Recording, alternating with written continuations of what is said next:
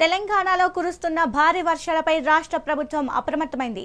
ఇక కొన్ని ప్రాంతాలకైతే red alert, అలాగే మరికొన్ని ప్రాంతాలకు యెల్లో అలర్ట్ జారీ చేసిన పరిస్థితి కనబడుతుంది.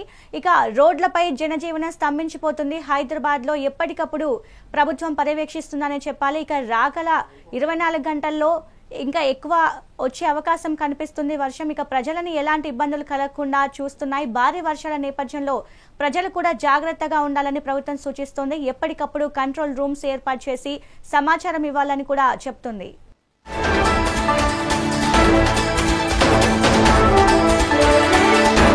ఇక వరంగల్ నుంచి మా ప్రతినిధి రాము అందిస్తారు.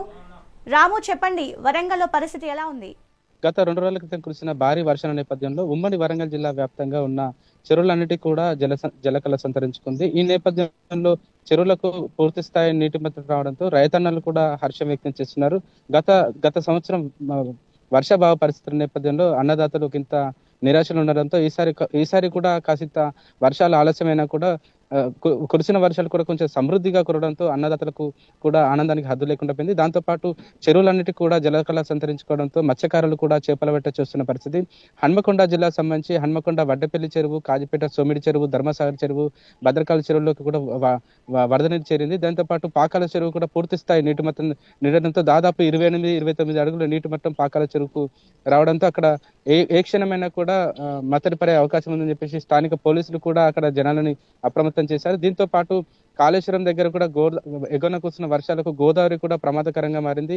ఈ నేపథ్యంలో అక్కడికి పర్యాటకులు ఎవరు రావద్దంటూ కూడా అక్కడ పోలీసులు కూడా హెచ్చరికల బోర్డులు ఏర్పాటు చేసి అక్కడ పర్యాటకులు ఎవరు రాకుండా చూస్తున్న పరిస్థితి. మేడిగడ్డ లక్ష్మీ బ్యారేజ్ కూడా వరద నీరు పెద్ద ఎత్తున రావడంతో 8 గేట్లు ఎత్తేసి దిగకు వరద నీటిని కిందికి వదులుతున్న పరిస్థితి. ఈ రకంగా కూడా అన్ని చోట్ల ఉమ్మడి వరంగల్ జిల్లా వ్యాప్తంగా మహబూబాబాద్, డోర్నకల్, నర్సంపేట, పాకాల, కొత్తగూడ, హన్మకొండ, వరంగల్, భూపాలపల్లి అన్ని ఏరియాల్లో కూడా వర్షాలు సమృద్ధిగా కురిశాయి. ప్రధాన చెరువులన్నీ కూడా పూర్తి స్థాయి జలకళ సంతరించుకున్నాయి. పర్వతగిరి, ఉప్పరపల్లిలో ఉన్న చెరువులు కూడా చాలా ఏళ్ల తర్వాత మత్తడి పడడంతో అక్కడ ఉన్న రైతన్నలు కూడా హర్షం వ్యక్తం చేస్తున్నారు.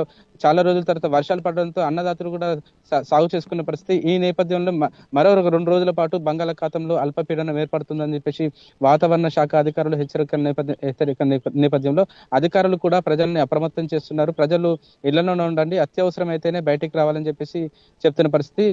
జిల్లాకు సంబంధించిన అధికారులతో పాటు ప్రజాప్రతినిధులు, ఎమ్మెల్యేలు, మంత్రులు కూడా, ఇన్ఛార్జి మంత్రులు కూడా ఎప్పటికప్పుడు సమీక్షా సమావేశాలు నిర్వహిస్తూ ప్రజలకు దిశానిర్దేశం చేస్తున్నారు. కొన్ని టూరిస్ట్ ప్రాంతాలకు సంబంధించి భూగత జలపాతం, రామప్ప, భూమిని జలపాతం సంబంధించి అక్కడ పర్యాటకులు ఇప్పుడు అలో చేయడం లేదు. అక్కడ ఎగువన కురుస్తున్న వర్షాలకు అక్కడ ప్రమాదకర స్థాయిలో ఉండడం, దాంతోపాటు ఈ వర్షాల నేపథ్యంలో అడవిలో ట్రెక్కింగ్ కొంచెం ఇబ్బందిగా ఉంటున్న నేపథ్యంలో కూడా టూరిస్టులు కూడా ఇంత రావద్దని చెప్పేసి పోలీసులు హెచ్చరికలు జారీ చేస్తున్నారు. ఎవరు కూడా గతంలో ఇదే వర్షాల నేపథ్యంలో అడవిలో ట్రెక్కింగ్కి వెళ్దామని వెళ్ళిన నీటి విద్యార్థులు 9 మంది అక్కడ చిక్కుకున్నారు.